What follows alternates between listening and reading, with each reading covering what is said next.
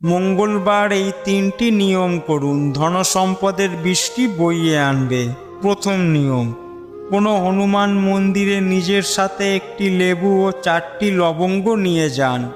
এরপর হনুমানজির সামনে লেবুর উপরে 4টি লবঙ্গ অর্পণ করুন, হনুমান মন্ত্রের জপ করুন এবং হনুমানজির কাছে সফলতার কামনা করুন এবং লেবুগুলো নিজের কাছে রেখে দিন।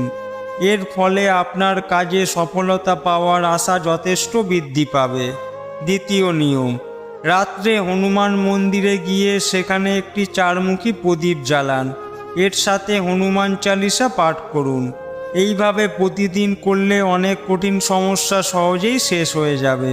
তৃতীয় নিয়ম, একটি নারকেল নিয়ে হনুমানজির মূর্তির সামনে নারকেলটিকে নিজের মাথার উপর 7বার ঘুরিয়ে হনুমান চালিসা পাঠ করুন এবং হনুমানজির সামনে ভেঙে ফেলুন।